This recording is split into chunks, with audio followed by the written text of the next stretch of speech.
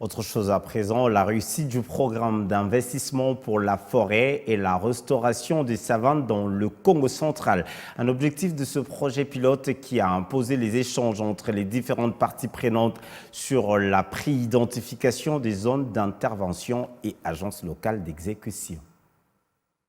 La province du Congo central a accueilli l'atelier d'information, de pré-identification des zones d'identification et des agences locales d'exécution et des cartographies des partenaires, des mises en œuvre des différentes composantes et actions dans le cadre du nouveau programme de grande envergure dénommé Programme d'investissement pour la forêt et la restauration des savanes. Une fierté et en même temps une lourde responsabilité pour la province du Congo central, province pilote appelée à un choix rationnel. Ce programme, financé par la Banque mondiale, mettra à l'échelle les approches territoriales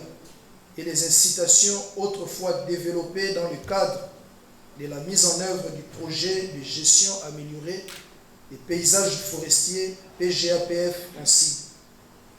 À travers les différents bassins retenus, notamment celui de l'Ouest, qui comprend Kinshasa, Congo central et le Kwilu, du centre, qui comprend le Kasaï, Kasaï oriental, Kasaï central et l'Omami. L'organisation de cet atelier constitue une démarche normale dans tout projet qui doit se gérer rationnellement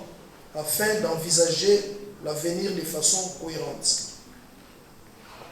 Les objectifs de cet atelier étant d'informer,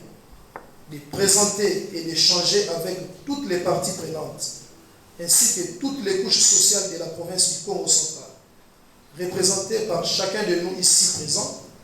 notamment sur les modalités de mise en œuvre du projet, sur son dimensionnement et sur les zones d'intervention proposées dans le cadre du présent projet dans notre province.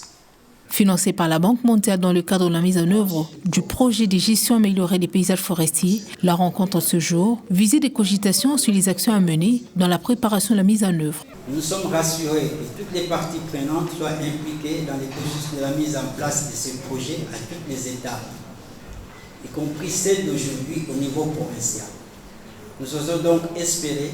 que leur implication est acquise dans le cadre de la mise en échelle des activités prévues qui comprennent également le développement des chaînes de valeur des produits agroforestiers avec l'implication du service privé